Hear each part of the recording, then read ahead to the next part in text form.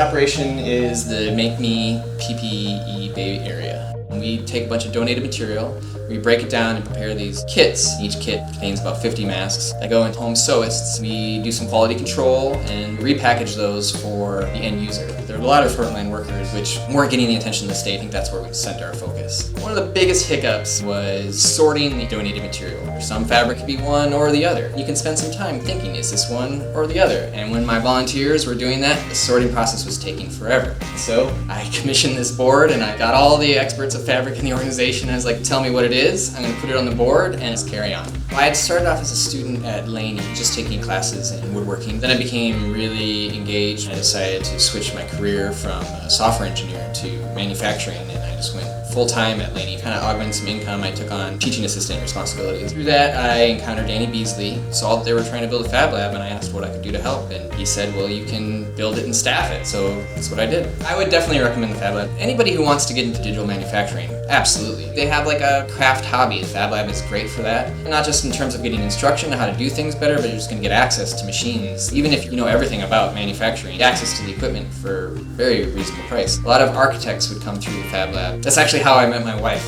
My wife was an architect in school and all of her friends wanted to put together an art project. I'm not exaggerating to say that it changed my life. I'm always interested in going back to the fab lab in Laney. One of the things I learned in particular was how much I could learn by collaborating with other people. You just learn so much more from mistakes, and when you're collaborating with people, it's not just your own mistakes you're learning from everybody else's. As a TA, it's even more the case because all the students, any mistake they made, that's my learning as well.